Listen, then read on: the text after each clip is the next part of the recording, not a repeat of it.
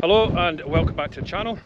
I found myself in a rather windy Dorset hillside for a reason, and apologies if you think that the old icon for this this video is a bit clickbaity. It's a genuine question. Is this the best tent ever? I'm walking a wee bit funny here because the past a bit destroyed, to say the least, and someone didn't put their gaiters on. That'd be me. The tent that I'm featuring today is the Astra Gear Yun Chuan 2, which I can only find on YouTube it being featured in one person's channel. Now, I don't know if it's restricted to regions and stuff like that, but the chap who reviewed it, his page is Backpacking UK. He came into quite a bit of stick, let's just say that, from a lot of people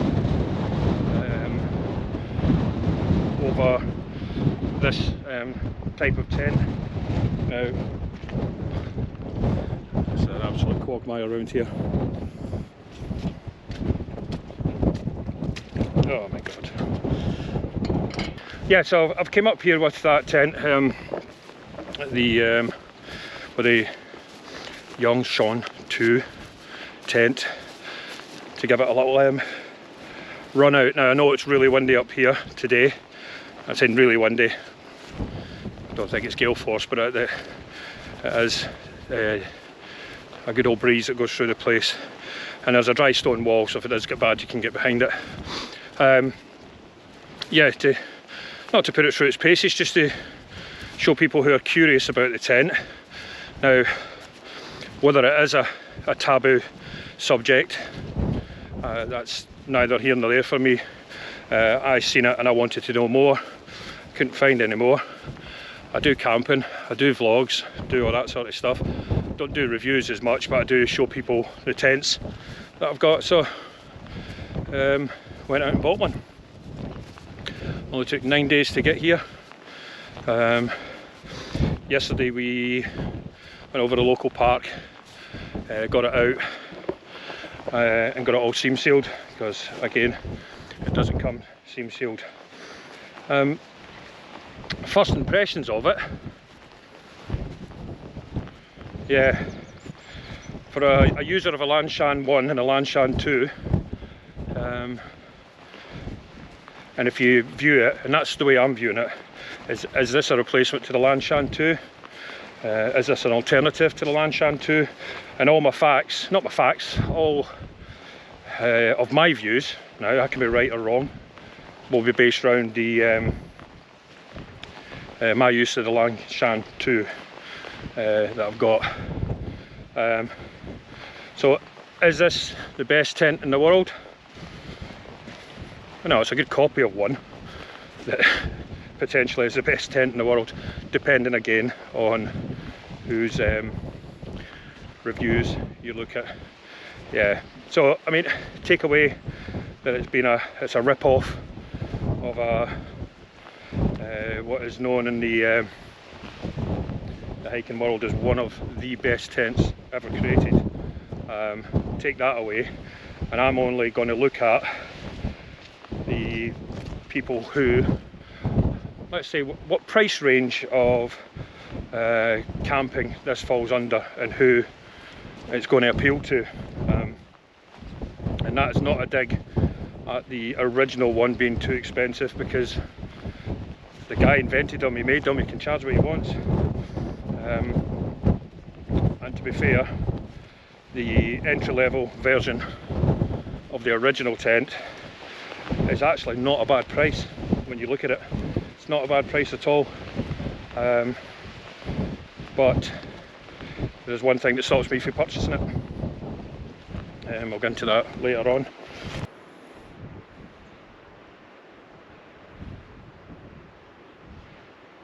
I'm going to pitch up here, get the tent out. I'll put it on a time lapse. I'm not going to go into the setting it up because I've only put it up once. Could be here a long time, but it'll be interesting to see if I can get it what it was like yesterday. Good thing is I have seam sealed it, so it is due to rain in about the next 2 hours, so we'll see how it handles the rain. Also when it gets wet you'll see how much it actually starts sagging and how many adjustments you have to make to it. But yeah, it's about the highest place you can get access to up here, where it is quite windy.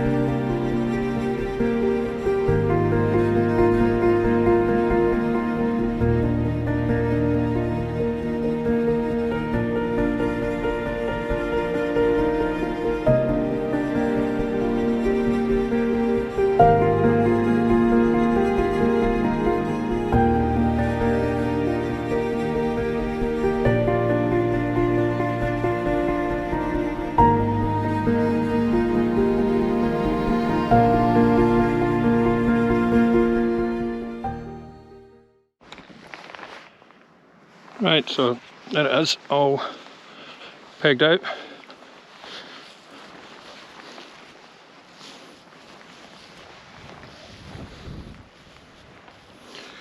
Now, I don't know if that is the right way to peg it. The pegs that I've got running down, sorry, the guy lines I've got going down there don't come with it. You only get 4 of these guy lines, and they're not long enough to reach from these corners down, so I've just added there. I think the one glaring thing that you can see in it is this bowl that you get in the middle. You can try and adjust it, which I will do later on.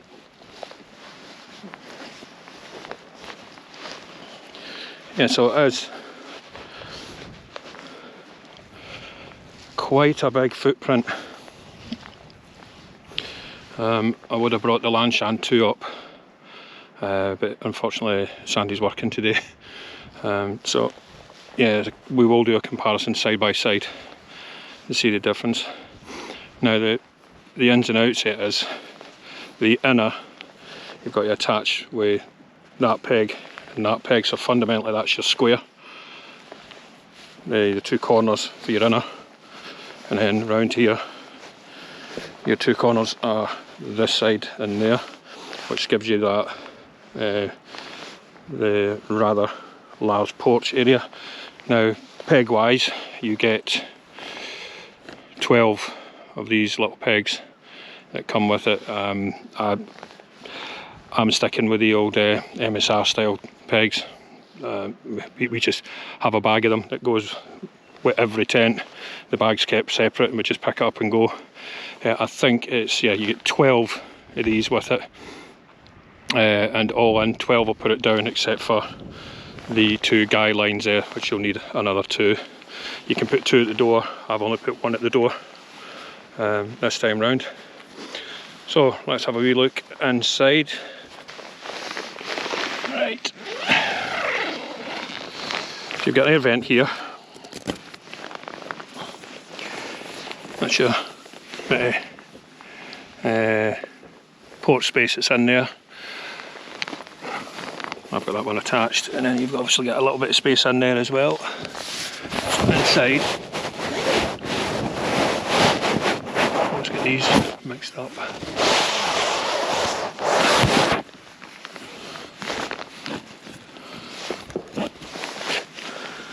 Let's actually undo this and roll it up. Now you get plenty of little latches here. I mean, you can probably use them to tie down if you want, but they're actually for holding the side up there. Funny little things, they're not actually catches, it's like those little compression ties that you can get. You just roll it up and put it around there. Just leave that there for now. Yeah, so inside.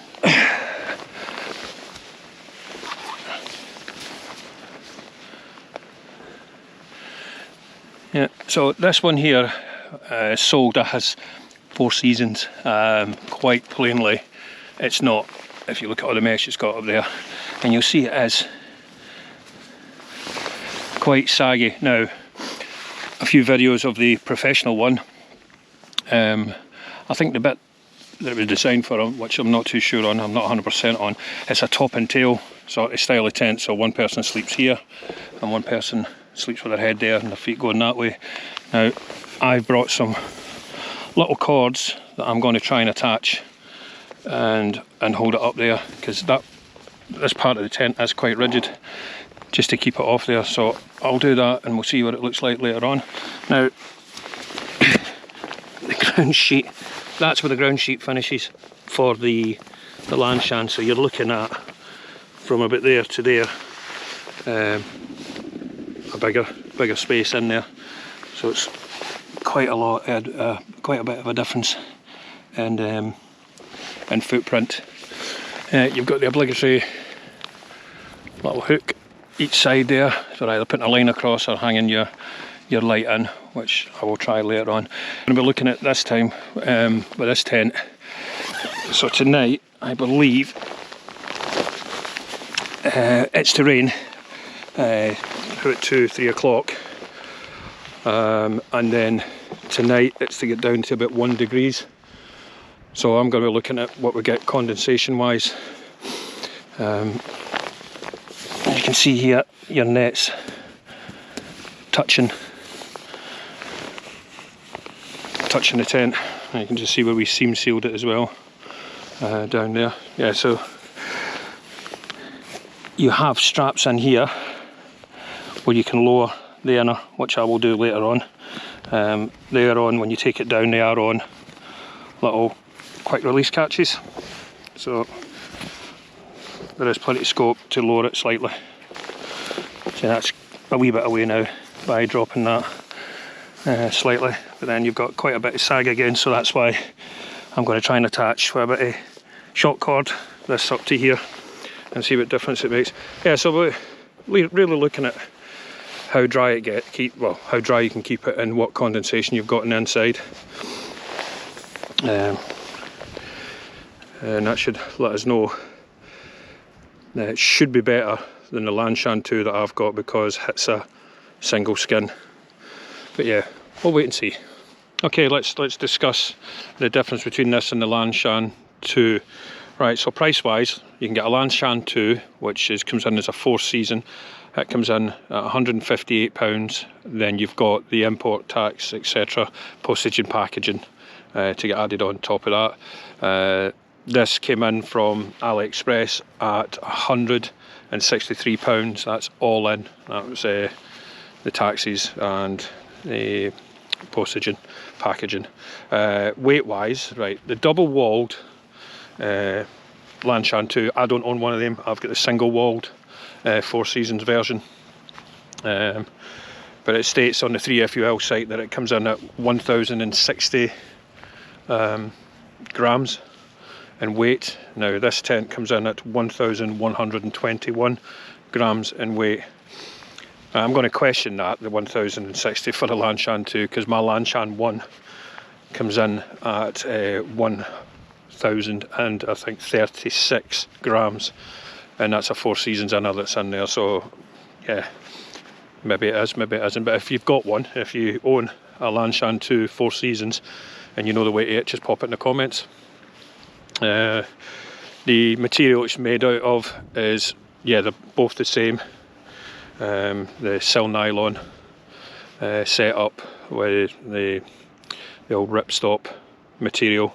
The bathtub is the same, again, same hydrostatic rating all round. So you're just basically getting the same tent but a different shape. So this one here is obviously a lot bigger than a Lanshan 2. It does look really big, the footprint. So that's a pro and a con. It gives you all that space, but for all you that do the wild camping and stuff, that can be a bit of a bugger to get your pitch set up and getting space, especially if you're going any long hikes. You know what it's like when you're up into Scotland. It looks like big open spaces, but trying to find somewhere flat to get it down. But then again, you're only looking at the inner being flat, the outer maybe not so much. Now the let's call the hem area here is again a big bone of contention when these get wet, that they start getting slack and stuff like that. I suppose that goes down to maintaining your actual tent. Right, so is it better than the Lanshan 2? Well, we shall find out. It's the rain starting to come on now, so I've got a couple of hours rain. We'll see how it holds up to that, see how good we sealed it, and then I'll get set up inside, my normal setup, and then I'll show you what the sort of view is inside the actual sleeping area. Right, I'm not even too sure if this is actually square, but, so that's all the stuff out my bag, and here's sleeping mat, sleeping bag. Right, so me and Sandy, we've got the square thermarest. They're usually bumped up together, especially in MSR. You basically, they fit in just and no more. So there is a wee bit more space there, and it's pretty much the same in the Lanshan 2. We get both of them in together. So that's a bit of room there, and then quite a wee bit there where your feet are at this side, so you get half decent sized porch, to be fair. You get a little pocket here and a pocket there, and then get your little hooks up here for lights, etc. That's why we're putting the lights in. Yeah, not too bad, not too shabby, I would say, but quite a bit at your feet there and up at your head. And I'll need to go and look at that, because it's just an optical illusion. It just doesn't look square. I've maybe not set it up square. Well, so far so good. No water come in. I have had to lower that slightly because that gets really close. So that would pick up a bit of condensation if it gets in there. I've had a couple of good gusts of wind and nothing seems to be moving.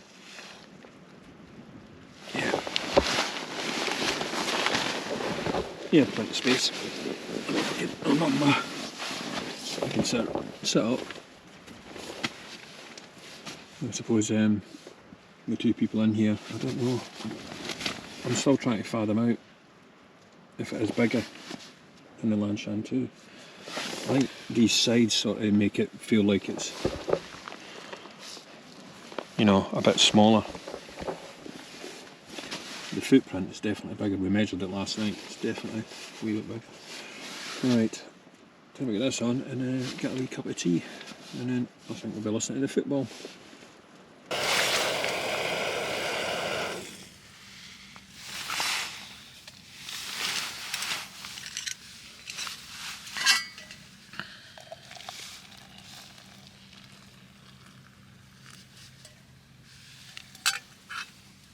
Going to try something different to cook with. I have this steamer, what's it called, a heat to eat, I think it's called, yeah, heat to eat, and the thing cost, what did it cost? £7.69. Now it's got a lid on it that you seal and a little hole there to let the steam out. It's got a little basket you put your food in, and then you get not one, you have two pads. So basically, if you look at the instructions there, you pop the pad in, put the food in the tray, put the heat in, lay it into the bottom of the container, and it'll boil the food. I think it's like they use little packs used to get in the MREs, ration packs, the American jobs. Yeah, we'll see how that goes. If it works, it works. My only concern is that's not going to hold my my bags. But what I've done this time, again, I have brought with me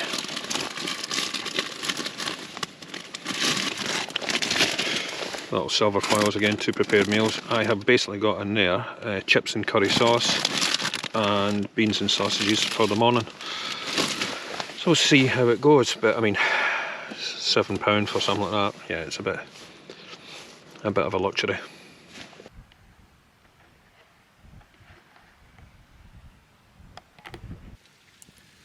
So these little lights, I don't know how much Sadie paid it with buttons. Absolutely, I think it was, oh God, I'd be guessing she got a handful of them off Amazon or someplace like that.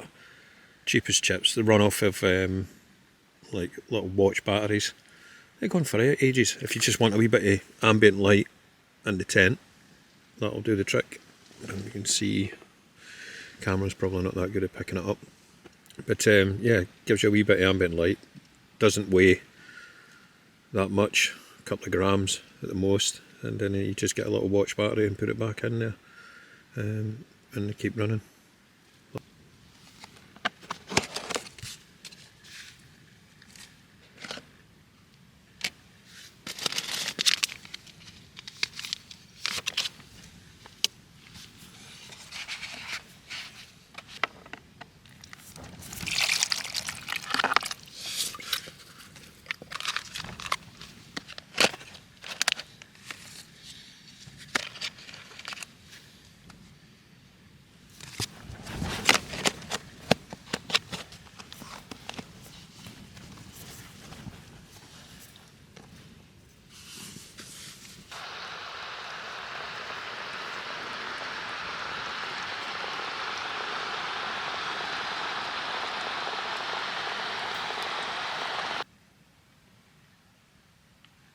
Yeah, so that's just the Astra yellow label chips and curry sauce, and the old foil bag again. I think that cost £1. Yeah, I think they're £1. Yeah, ideal. They do taste like the chips and the curry sauce that you get out of the old takeaway.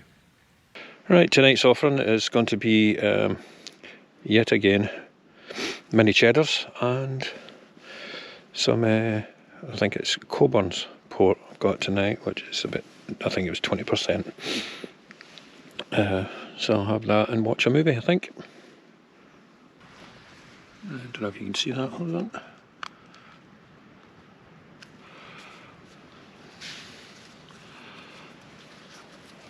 Yeah, oh God. Yeah, no condensation in the tent. To be fair, checked the temperature last night and it got up to 11 degrees. So yeah, no much chance of condensation at all. Right, I'm all packed up. Just get the stuff to throw in the bag.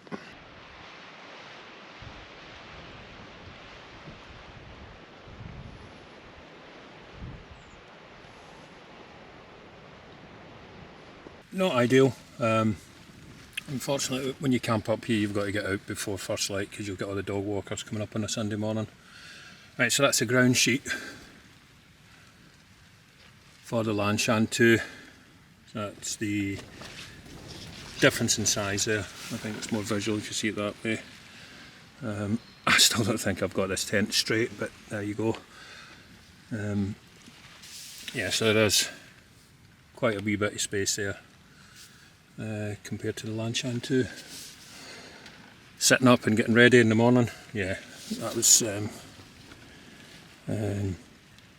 yeah, really good for a person my size. Yeah, so there you are. Yep. There's your, for the stealth campers out there. So there's the reflective parts you've got where the vent is Obviously those 2 guy ropes there are ones that I bought that don't come with the tent.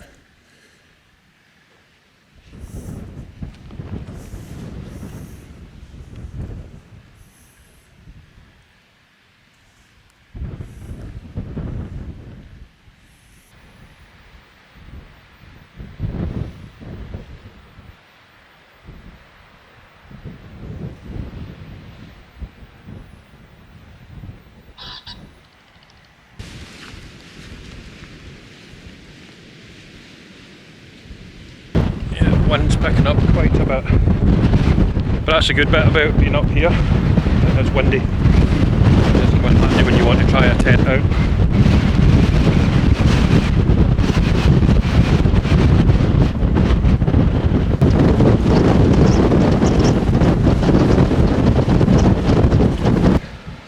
Now, is it the best tent ever?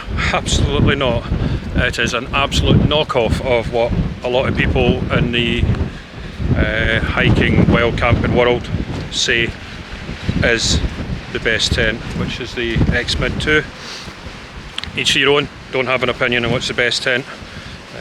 Yeah, so it is a knockoff of a very expensive tent. I'm saying very expensive. It's everybody sort of focuses on the Dyneema version, which I think to bring it to the UK, yeah, you're looking at nearly, I think it's 800-900 quid, something like that, to bring it in. But that's the Dyneema one. I'd never buy a Dyneema tent. I would probably buy one if I was doing over 1,000 mile sort of hikes in the US. I wouldn't buy one for the UK. Take it up to Scotland, you'll get a hole in it. The ground up there is quite rough. So no, that doesn't interest me. The X-Mid to the entry level one, yeah, that does interest me. But until wind's picking up again, yeah, you can't hear me. Yeah, the entry level X-Mid, yeah, that does interest me. It looks a cracking tent. I think I'm not too well with about to turn saying that he's bringing out another version of it, or a new version of it. Yeah, but to get that into the UK, you're looking at over 300, well over £300. So there, you've got the aspect that it is a knockoff tent. Is it fair? No, it's not. It's never fair when someone spent a lot of time designing and creating something and somebody rips it off. It isn't fair. And I'm not going to counter that with any excuses for anybody to say that, yeah, but there is no yeah, but it is not fair that they can create these things over in China and sell them, but China's been doing that for years, and I think that's an issue that needs to be solved by the people at the top of power. But that's another thing. I'm not getting involved in it. I think the last president in America tackled it somewhat, but I don't know if that translated down to the small businesses. But yeah, but unfortunately there will be a market for it. Unfortunately, the expensive tents, for the simple fact they are expensive, and the fact that you've still got to import them will stop a lot of people buying them. I wouldn't be too keen in purchasing one, for the simple fact, if anything happens to it, I don't know if Dan's looking at setting up,